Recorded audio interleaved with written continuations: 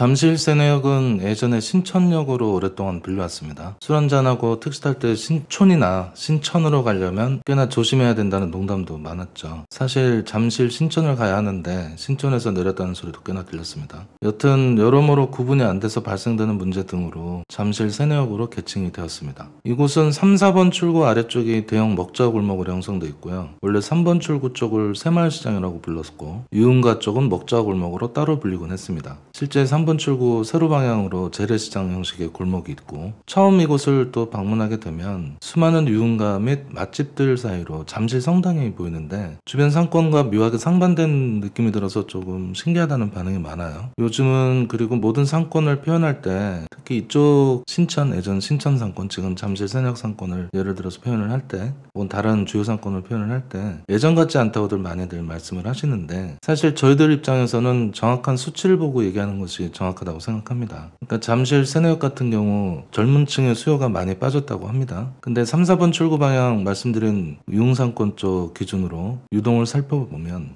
일평균 21만 명이 넘어서고 이 중 여성 비율이 남성 대비 51대 49로 약간 높은 수치를 나타내고 있습니다.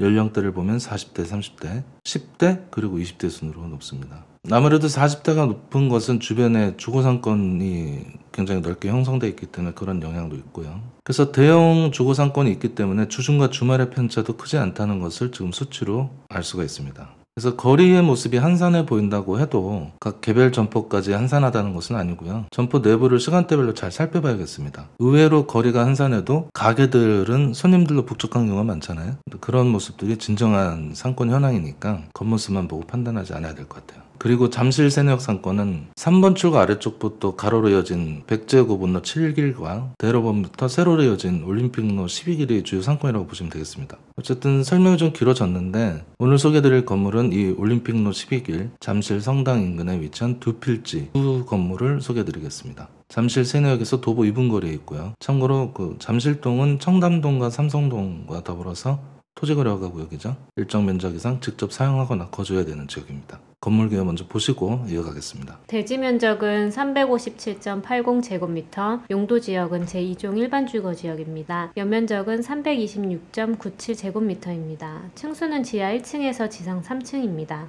그러니까 지금 설명한 것이 두 필지, 그러니까 두 개의 건물을 합친 수치잖아요. 108.2평이라는 거는. 네, 앞뒤로 두 개의 건물이 각 도로를 끼고 있는데 두 건물의 전체 면적입니다.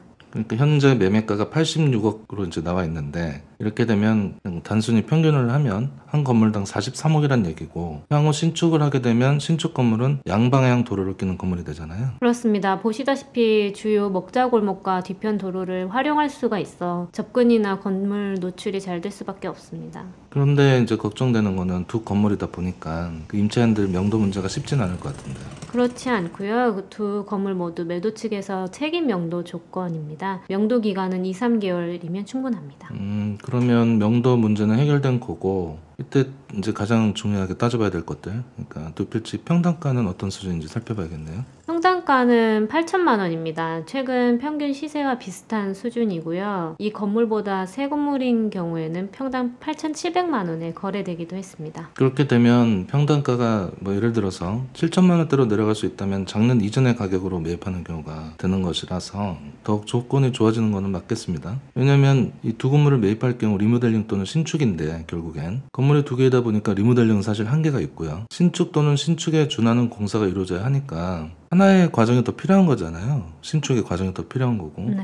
그것도 필요한 경우라서 어쨌든 이 매입가로 매수하는 입장에서는 최대한 평당가를 낮춰서 매입하는 게 어쨌든 유리한 거니까. 그래서 지금 뭐 생각인데 사실 이런 앞뒤 과정을 살펴보고 적정 수준의 평당가를 임의로 계산을 해본다면 평당가 7,500만 원 내외 정도가 되거나 뭐 그 이하가 되면 정말 좋은 조건으로 되는 거니까요. 그렇게 조건이 형성돼야 좋은 조건으로 매입하는 것이 아닐까. 그래서 협상이 필요한 조건이 되겠습니다. 그리고 현재 22년 10월 기준 공시지가가 43억이에요. 네, 정확히 43억 2,900만 원이고 이 지역 공시지가 대비 거래 평균이 2배가 넘기긴 합니다만 2배로 가정해도 86억입니다. 감정을 받아봐야겠지만 감정가에 내놓은 매물입니다. 여기서 금액 인하를 매매를 시키면 현재 예상으로는 감정가 이하로 매입하시는 조건이 됩니다. 그러니까 적어도 비싼 값에 매입하지는 않는다는 얘기죠. 바가지 쓰지 않고. 네, 그렇습니다. 매매 사연 혹시 아시나요? 연세가 좀 있으신데요. 그동안 건물주분과 말씀을 나눠보니까 부동산 정리를 하려고 현금화해서 별도의 분배를 생각하고 있지 않나 그런 느낌은 들었습니다. 네, 알겠습니다.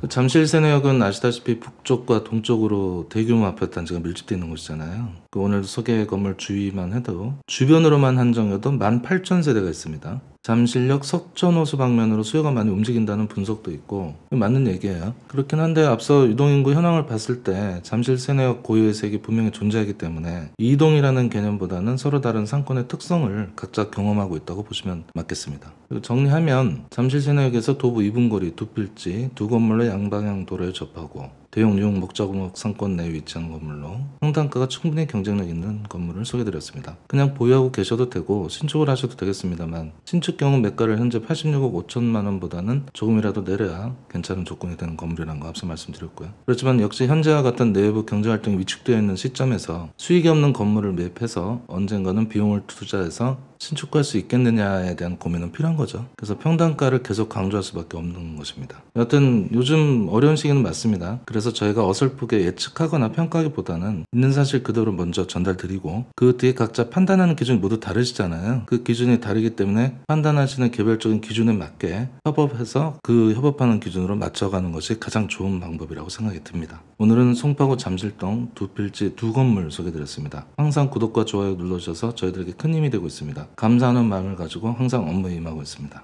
고맙습니다.